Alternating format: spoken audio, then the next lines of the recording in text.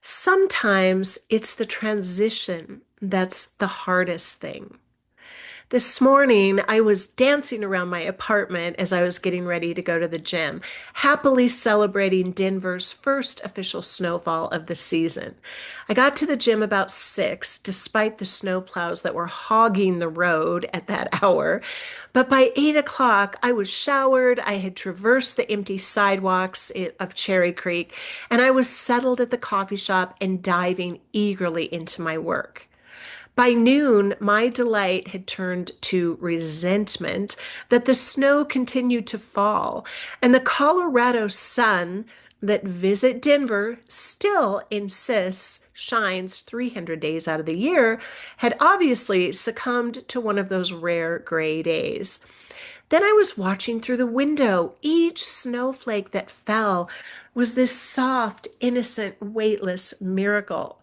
Yet as the snow continued to gather on the sidewalks, my thoughts began to pile up as well, and they weren't the positive ones. They were a little quiet at first and then heavier. Then they became colder and even cruel. I think all of us have a you in our lives, someone that we really just care about, that makes such a difference when they're with us that we want them there all the time. Well, my you left last week. And I was thinking about how I won't see him for months. Rationally, this should have been a gift, a wide open runway to give my business the focus, to grant it the Herculean push it seems to need to summit this icy slope in front of me. But instead, this anxiety started stacking itself. He's gone. Where's the sun? All of the challenges in front of me right now. And the anxiety just started stacking itself like the endless refills that the barista was so generously pouring on the house, caffeine on the house, basically. And I'm staring at this pastry case and the carbs that I have literally avoided completely for the last 9 months, all of a sudden feel like a necessity for my survival. As a matter of fact, it seemed like the most logical thing, the solution to every problem that I saw stacked in front of me. So the barista walks over as if she heard the broadcast from my brain. And she asked me, Michelle, would you like a scone or a croissant on the house? Hardly anyone is in here because of the snow. We have all these pastries. You can have whatever you want on the house. I almost cave in, but I stoically will myself to reply with a steady, no, thank you. And then all the limitations just seem to avalanche in my mind at once. Where is the sun? I know that 90 minutes of winter daylight would flip this entire mood on its head in about 20 minutes flat, but the sky is this locked gray vault. So I set a brutal task list and I chain myself to the laptop and I wait for willpower to save me. I work and I work 3 more hours, 3.5, 4 more hours, and finally I surrender to the discomfort of the transition into winter, the transition into the absence of people that I want with me now, the transition into dealing with all of the stresses of my business. And I say to myself, we have indeed been ridiculously spoiled with this excessive amount of 70 plus degree weather all the way through November. So I march home, I drop my bag there, I drop my laptop, I pull in some thermal tights and hiking shoes, and I force myself outside into the freezing cold. The first 30 seconds are pure resistance. It was almost like getting into a cold plunge for me today. I swear. My body is screaming, you're betraying me. And then somewhere Around 10 minutes into my walk, the miracle I can now predict, but I never quite believe. Warmth floods my body. This silence, you know how the snow just gives you that muffled, peaceful silence, and it wrapped around me just like I forgive all of the negativity.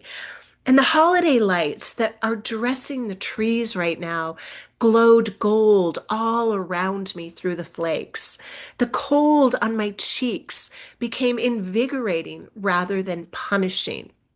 I stopped for just a minute, took my hat off, put my face, lifted my face up to the sky in appreciation, and snow just steadily streaming down onto my face. And I realize how happy I feel. And I realize how many realities one human being can live in a single day. The avalanche of lack inside the cafe, and this hushed cathedral just 6 blocks away. Every snowflake is still falling, but now they look and feel like grace supporting me instead of evidence condemning me. And that is exactly, I thought to myself, what our guests experience when they arrive on our properties. We never truly know what private avalanche they're carrying under their coats. Some will dance in the snow the moment they step onto the property, but most won't. Most need the transition held for them gently, simply, and elegantly. And I've been thinking about this recharge room that I am so excited about and realized that's exactly what the Recharge Plus recharge room does.